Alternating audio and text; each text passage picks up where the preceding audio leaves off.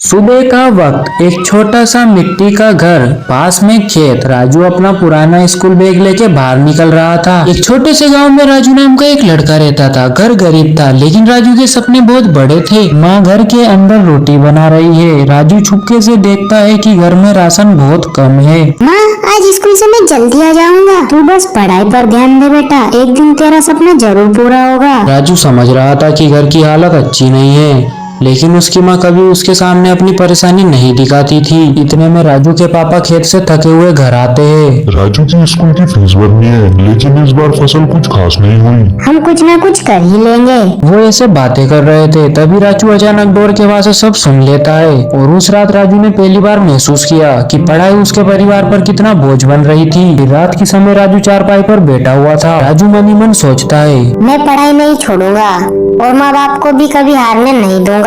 उस छोटी सी उम्र में राजू ने एक बड़ा वादा कर लिया। अब इसके बाद में राजू स्कूल जाता है, स्कूल में ध्यान से पढ़ता है, शाम को खेत में पापा की मदद करता है और रात को लालटेन के नीचे होमवर्क करता है।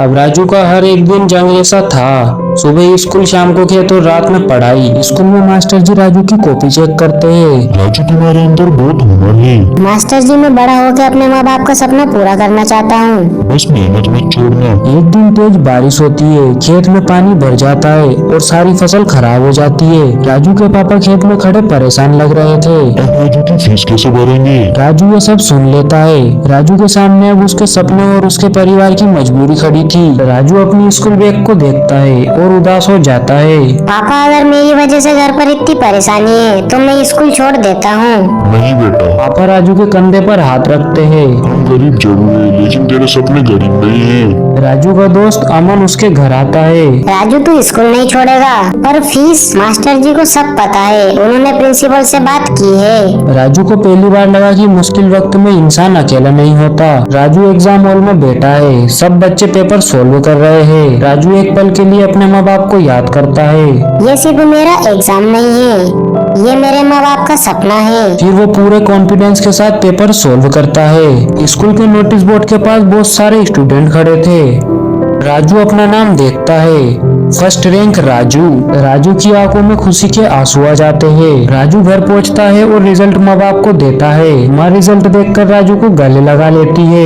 माँ, मेरा बेटा सच में बड़ा हो गया। पापा की आंखों में खुशी होती है। सेम गांव, लेकिन अब राजू बड़ा हो चुका है। वो डॉक्टर बनकर गांव में वापस आता है। समय बेटा राजू ने अपनी पढ़ाई जारी रखी और एक दिन डॉक्टर बन गया। राजू अपने माँ बाप के पैर छूता है। राजू, माँ पापा, आज जो कुछ भी मैं हूँ वो सिर्फ आप दोनों की वजह से ही हूँ।